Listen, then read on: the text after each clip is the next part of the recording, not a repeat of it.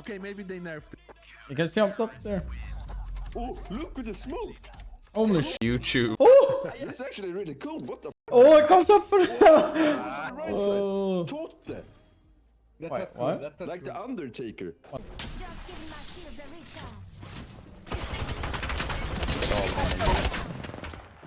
Target down. The Haha Gamer says, GG.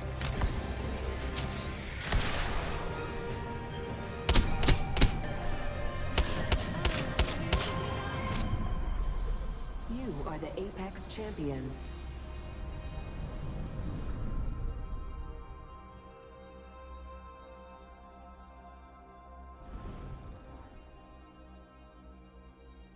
This one done. I do hope the guide is helpful. Please drop a like, leave me a comment, and if you haven't subscribed yet, please hit that button and show me that support. And don't forget to use my creator code in your Fortnite item shop. It is GamerDad, all one word, all capital letters. Good luck, and until the next video, this is GamerDad out.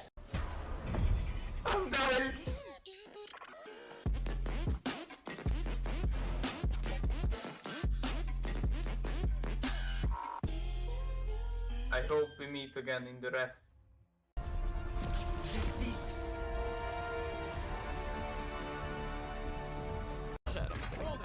I'm finna get off this. Let's go! Let's go! Shut your.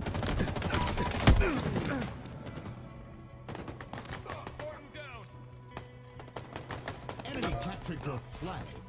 Defeat.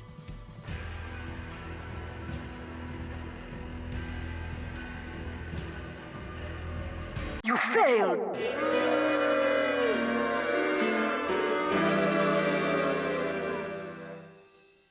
Hello again. I want to talk about losing in TF2. Well, the winning or losing in TF2.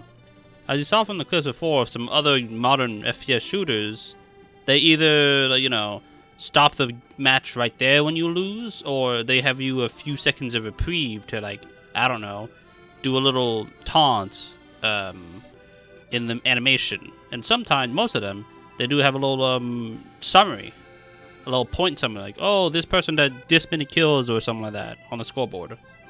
The humiliation phase, which they officially called it that, is the winners get full crits and actually a 10% speed boost to beat up the people that are stuck in an animation that can't attack, and they have a 10% speed down, which I didn't actually know for a while. But you can semi-retaliate with taunt kills as the loser, since taunting is still allowed as both sides. You ever just sat down and wondered, why is there a humiliation phase anyway? They could have just copied most of the other shooters and just cut off the whole thing. I wonder why they said, oh no, we're gonna have a whole little phase after you win to let you beat up the losers. Soldier even has an achievement to kill people during the humiliation phase. That's interesting to see. And it's not like how the humiliation phase is not counted towards anything in the game, because points still accumulate, your strangers count still accumulate on kills.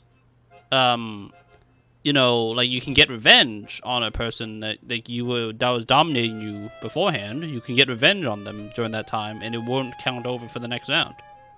And here's a common thing that people bring up, is how some achievements even incentivize being slightly mean to the person you killed. Like, you know, you can kill people who do the square dance taunt. You can kill people during the conga. For Scout, you can kill your friends, the people on your friends list. If you kill them with a backscatter 20 times, that's an achievement. For Soldier, you know, it's to kill people with a humiliation phase, kill people with Gibbs on screen for the freeze cam, and then you can taunt after kill with the shotgun. The most infamous achievement that most people say, oh, look at TF2, it can be toxic, is making as a pyro, make a person that you dominate leave the server, which it is funny, but also very interesting that they have that as an achievement of all things. Similarly, you burn someone while they're flipping in the flipping awesome taunt, or taunt after kill with each of your slotted weapons. You know, with a flamethrower, your secondary, and then your melee. Show 3 people that. Similar thing with the demo is like you can get an achievement for taunting after kill with the grenade launchers, and then specifically taunt after kill with the Scottish resistant taunt, which I'm interested that they have a specific weapon taunt that they cared about for that. Heavy is the only one that is conditional on his buff status, because like you need to be Ubered to taunt after kill while Ubered to get the achievement. Caring about the specific weapon, same thing for the NG. If you taunt after kill with the Frontier Justice, you get an achievement, and then you also get an achievement if you're in the same shot of the freeze cam as your sentry that killed them. So you just get a little wholesome picture moment with you and your sentry. I like how medics is specifically that you have to taunt over their ragdoll to get the achievement. For sniper, you can copy the Meet the Sniper little trailer thing, where you can taunt with your melee to do the scene where he kills the spy, or taunt with your sniper rifle to do a little hand wave at the person while you kill them, after you kill them. And for spy, you have to give the person a freeze cam of you flicking a cigarette to their corpse. The interesting thing is, since you taunt with the disguise kit, there's always that small chance to get the spy crab taunt instead. Unless it's Halloween, you don't have to gamble for any of these other taunts. Like, you don't have to gamble for the soldier's shotgun taunt, because in most cases it will be the shotgun taunt. But then you spy, you have to gamble to not get the spy crab in that situation if you want the achievement. An interesting achievement is that spy gets an achievement if you backstab someone and they switch classes to pyro after that.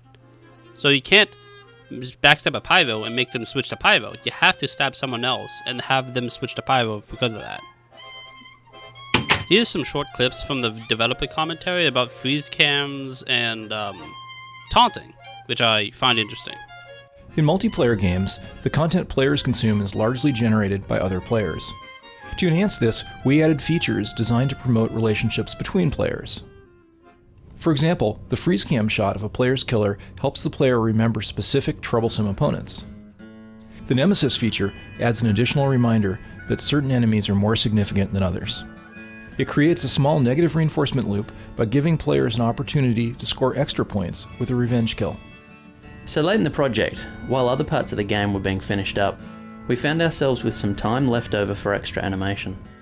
There were several ideas on the table, including weapon-specific taunt animations. When evaluating a feature, we look at how many other features it connects to, and taunts were the clear winner. They play well with killer freeze cam, adding to the relationship between the nemesis and his victim. They give us a highly visible place to show off our new facial animation technology, allowing the player to examine it from all angles. Finally, Tf2's characters have a lot of personality, and taunts were the perfect way to show that personality through the animation and voice acting. From this, you could see how they want you to remember certain characters, certain people on the enemy team as big targets, to target them more often. That's my guess on why we have this whole achievement system to get certain points. I mean, certain things like, oh, taunt over their body. I don't like doing that usually. I don't like taunting after kill. It feels mean to me. I guess you can also add the humiliation phase to this section. Like how people will try to remember the people that killed you during when you lose. I guess? I guess that's the reason why they added so much effort into it. It's personality-wise, yes, you can see a lot of personality in the way the classes run away or crouch while in their hiding phase. It's interesting to think about, you know, it's like, why'd they add this? What purpose does this serve to the overall gameplay? Is it personality? Is it just to vent some anger issues, I guess. Maybe, but it's interesting that they did this compared to just transitioning instantly to the next round. They didn't have to do this. They didn't have to add that the winners get 10% speed boost and the losers get 10% decreased speed. They didn't have to add the increased critical, the guaranteed crits on the winners. None of that was necessary. They didn't have to add the whole new animation set just for when you lose. But they did. And I'm very curious on why they did that. That's all for today, because I just wanted to wonder if anyone else had an idea on why we have the humiliation phase. So, thank you for listening. Bye bye.